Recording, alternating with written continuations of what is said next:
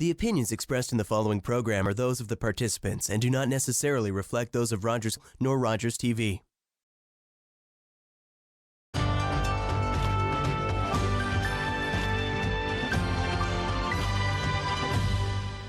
This week, first up, we are joined by Kara Olsen. She is the Acting Operations Manager for the Humane Society of Durham Region. Kara, welcome to the show.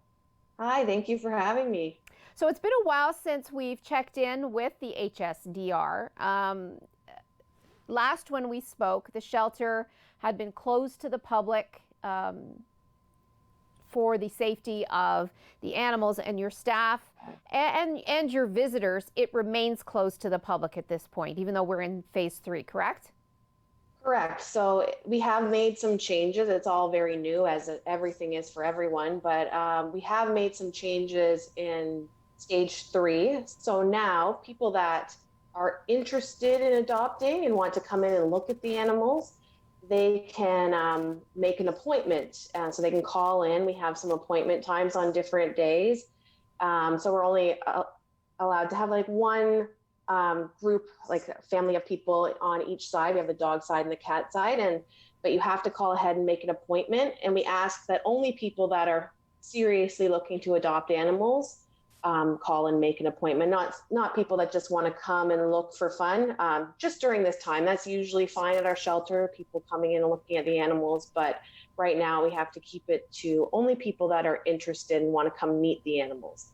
So before stage 3, right, we were closed to everyone. We just did curbside and phone interviews. But now we're opening up a little bit with precautions, and everyone has to wear a mask and keep distance. So we're trying our best to keep everyone safe.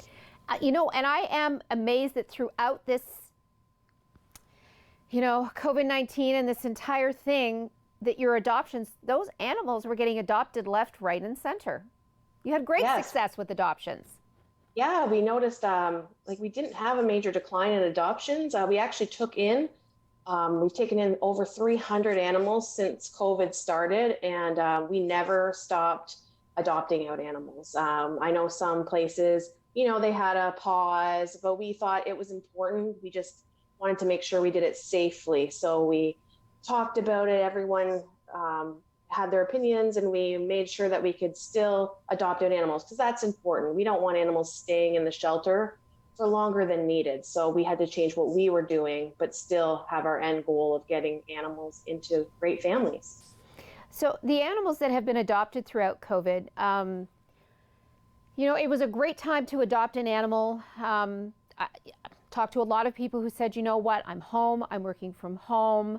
I'd have more time to spend with my pet. So there's no time like the present to jump in and adopt or to get a pet in the home. Is there concern, though, once the wheels start turning again, and especially school goes back, kids go back to school, that you're going to see an influx of animals coming back that people just don't have time for? Well, that is something that is a worry for us, and I'm sure in every rescue organization. We always believe adoption is a great thing, but our team, we have like a really highly skilled team that's been trained to counsel people when they call about this exact issue and ways they can avoid it. So that might be like participating in training, maybe having the dog try to maybe leave the house for a few hours a day, even if you're just out in your backyard or down the street, maybe participating in a doggy daycare, things like that, because we want the routine to be kind of similar to what it would be like if they were back working full time, just so we avoid things like separation anxiety or anything like that. And we want to make sure that people know that the animal is for a lifetime commitment, their lifetime commitment. So we do talk about that with people. We discuss different strategies to make it successful, and that's all we can do. If more animals come back, that's what we will deal with. But we're hoping that with some extra counseling and talking about this issue, that people will, think about it more and really make the right decisions for their family. And you do vet families very carefully. Yes. What's the process if a family wants to adopt an animal? So you can either look online. So definitely I'd always start online to see what animals are available, because we have some out in foster and then we have some here at the shelter. You could make an appointment, call in and make an appointment to ask to come and see the animals. So you can do that for sure. And then if there's one that you're interested in meeting, you can come in and meet them, and then you can either do an in-person socially distanced interview, or you can go back home and do it. We can do it over the phone. We've been doing a lot of phone interviews recently that have been going really well. Mm-hmm. But the first step is go online and you'd fill out an adoption application. And that's the first step. And then we go from there. Now, you mentioned that animals are out in foster. In fact, a great deal of your animals, a great number, were fostered out throughout the COVID lockdown, were they not? Yeah. Yes, a lot of them. We had a wonderful, we have already our foster base, which were great, but we had a lot of people offering to foster because they were home. And so we've had a lot of new fosters reaching out, which kept the actual shelter population low, which allowed us to staff accordingly so we could be more socially distanced. And since there's not as many people coming in, the animals can have more enrichment. So it was really wonderful. The community came together. People were reaching out like never before to actually foster kittens and cats and dogs. So that was a really positive thing that came out of COVID, is we have some new great fosters. What's the process if you want to foster an animal? What are you looking for in a foster family? So there is, so you're going to go on our website, and there's an application that you'd fill out to become a foster. And then we have a wonderful foster coordinator here who will go through those, and we'll give them a call and set up a bit of an interview. And basically we require, usually most of the animals, we have a lot of kitten fosters. So we require them to have their own separate space in the house, just so they don't mingle with other animals, just in case there's anything. We don't want to spread anything, or we like to keep them separate. And so if they have their own room and you're able to clean up after them, feed them, we ask for weekly updates. And obviously, if there's any medical issues, to contact us right away. So it would have to be someone who's willing to do all those things. You just do an interview, and then we could set you up as a foster. And of course, COVID has taken its toll on your ability to fundraise. Yes. It has affected some of your major fundraising initiatives that you rely very heavily on to be able to care for all these animals. Yes. So at the HSDR, we receive no government funding. So every dollar that we get is from people in the community, people that love animals. And we often will have a few of our major events, or like our gala and our golf tournament. And both of those have had to be canceled this year, which greatly affects the amount of money that comes in, our ability to care for the animals. So we've been trying to fundraise other ways. We're doing online appeals. We're relying on the generosity of the community to continue to provide the top-notch care that we always do for these animals. And so we've been able to do that, but we always use donations, and we're trying to think of new and different ways to fundraise this year that aren't big group in-person meetings. And if you wanted to donate, you can always go to our website, hsdr.org, and you can donate there, or you can call us, or even if you wanted to come to the shelter and ring the doorbell, that's fine as well. I guess some people don't realize the immense cost that lands on your lap when an animal in need is dropped on your doorstep. You have vets that you work with that I'm sure give you as good a deal as they possibly can, but veterinary care and feeding these animals, it costs a lot. Very expensive, yes. We do we work with great vets who do give us a deal, but we often get animals that get dropped off because they have a medical problem that needs to be fixed, and maybe the owner could not financially deal with it themselves. So we do get animals that are in immediate need for medical care, which can be very expensive. And that's where a lot of our money goes to, is either doing spay and neuter surgery, medical care, and feeding and caring for the animals. That's our main initiative here. And that's what we want. That's what we need money for. And we do get cases every day, and people calling every day with animals that have medical issues, or they have nowhere to go. Maybe they're abandoned in an apartment, or people might have to move. So definitely the cost is immense, and definitely fundraising is really important to us. Well, speaking of the animals, you have a little helper there today. We're rapidly running out of time, but I want to show his sweet face to everybody out there. Okay. This is little Orion. Orion. Hi, Sorry. Orion. I always say Orion. This is Orion, and he's one of our constellation kittens. So we have kittens at the shelter here right now, and then some that are not quite big enough to go, that are in foster, that will become available soon. And he has he has siblings here at the shelter as well. So he's just lovely. He loves to purr. He's super cute, and he needs adoption, so he can be ready to be applied for. You can go on our website and fill an application for Orion. Oh, he's so adorable. Now, where did Orion and his siblings come from? So actually, we transferred in from the Kawartha Lakes Humane Society, who had a large amount of kittens. And since we had so many great fosters sign up, we had some extra space, so they were able to send them over. But he was born outside. He was from a barn cat, and they took in the kittens so they could be socialized and adopted. Hi, bud. So adorable. So what does it cost to adopt? So for a kitten, it costs $160.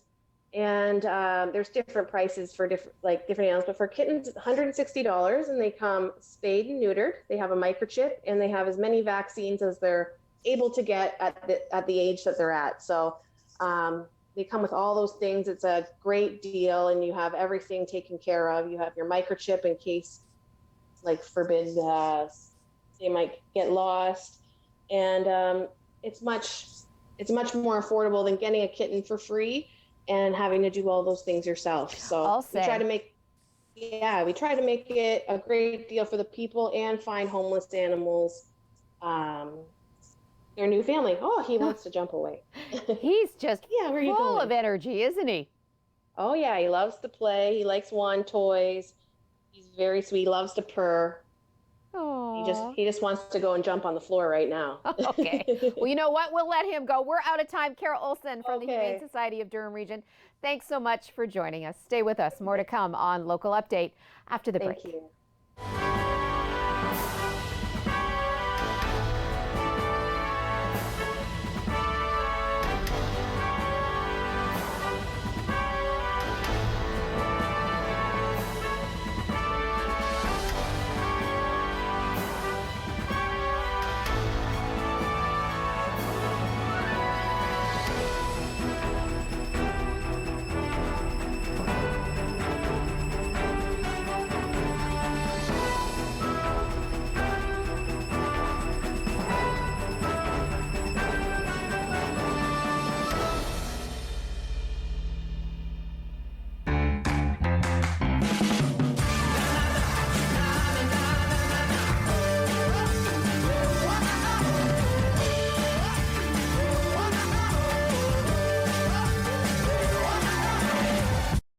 I'm Jennifer. And I'm Allison. We are so excited to be back for another season of The Parenting Show. Yes, and the topics for this round are things like the infiltration of tech in the family, ways for parents to prevent underage drinking, good old sibling fighting and rivalry, and how to handle those nasty power struggles in the family. And it's a great way for you to realize that you are not alone. It's all right here on Rogers TV.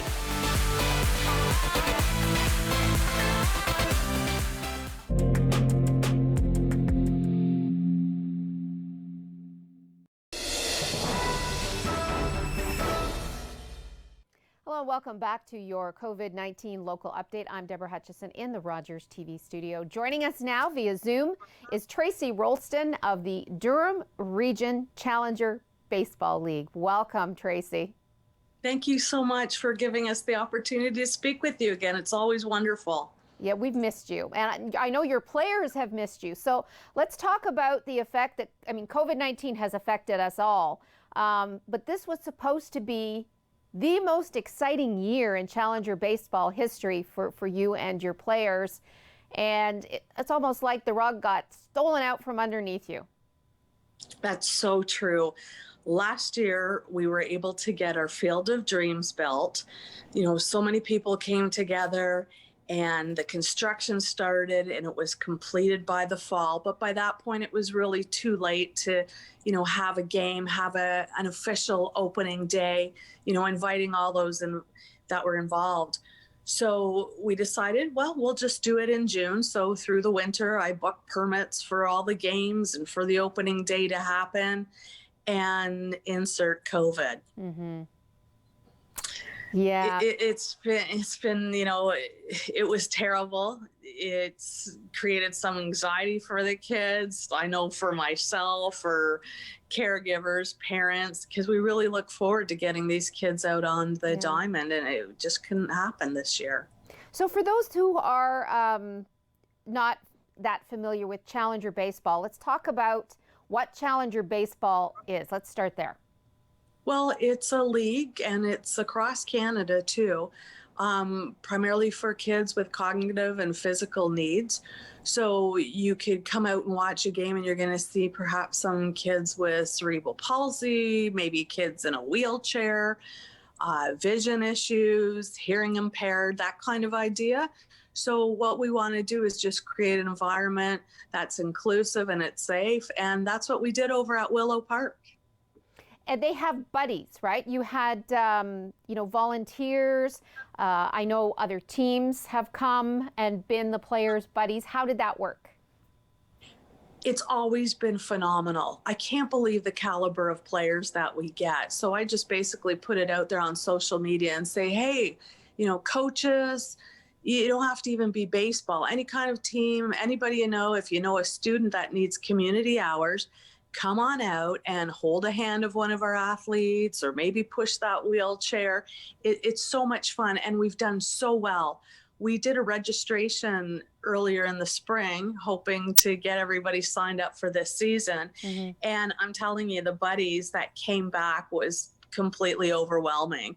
You hear stories. There's one little guy who just is in love with a player with Down syndrome, and they see each other on and off the diamond. They've kept up this beautiful relationship. And again, they're looking forward to get back on the diamond too. So, I have to thank everybody that comes out to help. And we always use the hashtag Smiles Guaranteed. And that's where I got it from, because when you see people who aren't familiar with our league and maybe a little hesitant, walk on the diamond and don't want to leave, you're doing a good thing. So the Field of Dreams, let's talk about the history there. How did the project come about? Like a regular baseball diamond would have challenges, especially I would think for those players that are in a wheelchair or have mobility issues. I've been with the league for 4 years, and about 3 years ago, it was Nikki Lundquist, Norm, the past president, myself standing there watching these kids on a regular field. Mm-hmm. And, it's a Saturday morning, the grass is kind of dewy. Our kids with walkers are slipping and sliding. You're getting wheelchairs stuck in little ruts, along the baseline. So like Nikki turned to Norm and said, we've got to do something. I said, hey, I've got the time. We'll start sending out applications to see what we can do. So, not a long process, but it was tedious, definitely, but we were able to get the ball diamond built. So, it's a rubberized surface. So the majority of the infield, all of the infield is actually a rubberized surface, something you'd almost see like that squishy material at a splash pad. Mm-hmm. The dugouts have wonderful benches for the players with enough space to get an adult size wheelchair between. Yeah. The openings, of course, are huge. So and it's a flat surface. The lines are painted on the bases. The home plate is painted on the surface. So it's flat, it's easy, it's accessible. And the dugouts are shaded too. That's what as a mom, that's what I love. That's what I first look for. Oh, I know. I couldn't believe it. It took all summer last year to get it built, and you forget about the little touches because I was sitting down constantly with the great folks at the town of Whitby. Mm-hmm. And so you see this building progress and you think, geez, that's really great. Then I go back the next day and I'm almost in tears because I forgot about the shade. I'm just expecting fences and benches, and oh my gosh, they went right over the top. Yep. So the shade's so important to our players. Like many people, maybe you're on a medication that you're not allowed to be out in the sun, or you just need that moment not to sweat so much, whatever the case is. And yeah, I can't believe the little extras you forget about while you watch the construction. And when you see it completed, you go, wow, that's great. So talk to me about how or who all was involved in getting this built. The diamond itself was at the town of Whitby saying, yes, we will build it there for you. And then the Jays Care Foundation was a part of this as well, correct? That's correct. So what happened initially was we applied to a bunch of leagues or organizations who assist with this kind of construction. So it was actually Roberto Alomar that invited Norm and I to a luncheon. And he gave $100,000 to Jumpstart, Canadian Tire Jumpstart. And in that time, the town agreed that, we have this parcel of land over at Willow Park. Mm-hmm. It'll be great, kind of get the money and let's see where we go from there. So, again, there's always shortfalls, and we had a few, but we were really fortunate. Like Mayor Don Mitchell stepped up to the plate along with the town of Whitby and gave us money just to get us over that edge.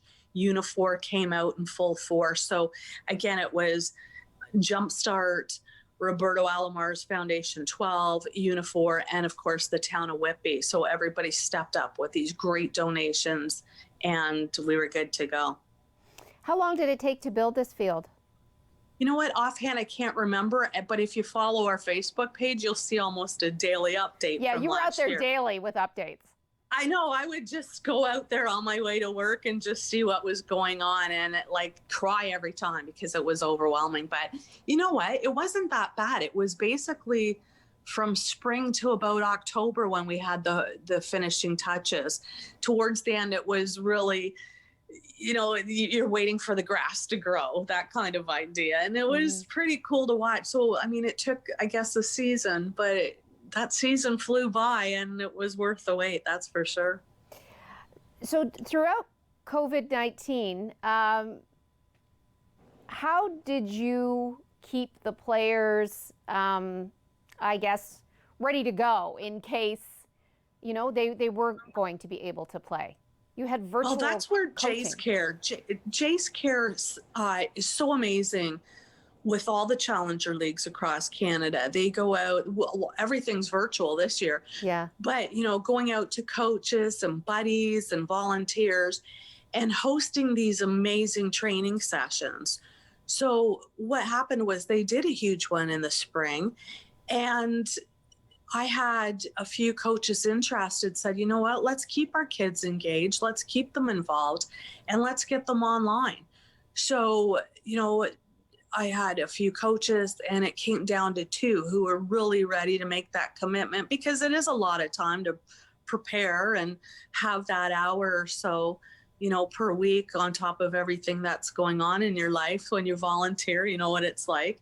And so coaches Manny and Karen, they came on board, and we invited all the athletes to come on board once a week and try this virtual training. So that's what we did, and it was pretty successful.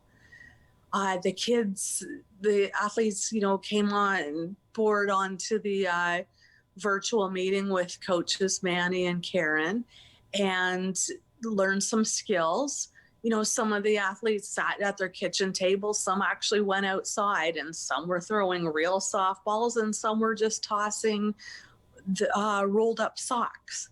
So, they learned different skills. And it was so amazing to watch, because just watching their smiles, like you're sitting on a screen, and anybody who's familiar with a Zoom meeting these days, you see 10, 12 people, and these kids were all smiling. And what I loved at the end, we gave them a moment, or Manny and Karen gave them a moment just to speak, and the socialization was so rewarding. And again, a little hesitation at first because it was something new, but towards the end, when people found out how it worked and how easy it was to get online, it was pretty successful. All these kids are pros now at Zoom, for sure. Yeah, exactly. All right, and so are we. So are we. Oh, yes, we are. Now, looking forward to 2021, we have our fingers crossed. We're knocking on our heads that nothing gets in the way. Have you started planning for next season? Yes, I have. Actually, I was speaking to Jason the other night at Firehouse Subs, because every spring we go there and do registration. Mm-hmm. So we're hoping to have a registration evening early in the spring. When everything's back to normal with the town of Whitby, I want to speak with them and get the permits laid out again for the games.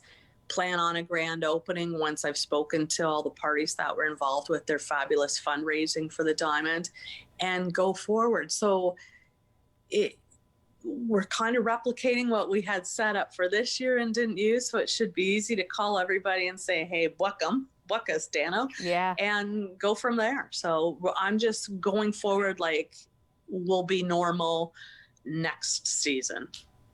We've only got about a minute and a half left, but I want to ask you about your experience. Why did you get involved with this, and what has been the best part? I have two kids that played high-end baseball and softball. And when I first met Norm, and he said, come out and see this league. And I went and watched. I was overwhelmed watching these kids going out to play ball. As a parent of two athletes myself, you're always yelling at them, get in the car, don't forget your glove, where's your water bottle? It's just over the top. And then when you see somebody getting out of a van with a child in a wheelchair, or a runner, a kid with Downs, and they're so excited to be there, it just kind of puts it back to the reset button, where you realize the priority is, this is the game. This is the greatest game on earth, as far as I'm concerned. And how it's just one huge family. And again, then to top it off, you've got the support of the town. Like, we rewarded these kids so often during their virtual training, saying, congratulations, you did your virtual training.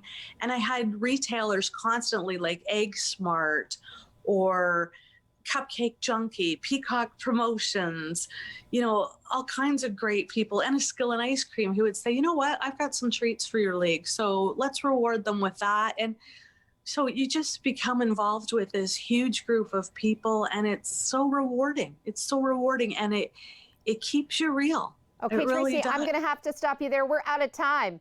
Thanks so much for joining us. Appreciate it. Thank you. Thanks to all of you for joining us. Until next time, I'm Deborah Hutchison. Stay safe.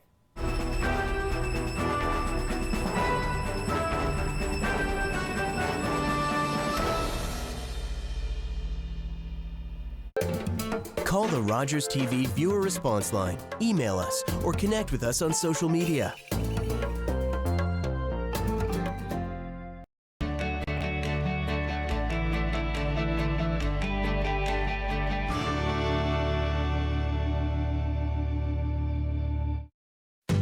Your mouth can do a lot of amazing things.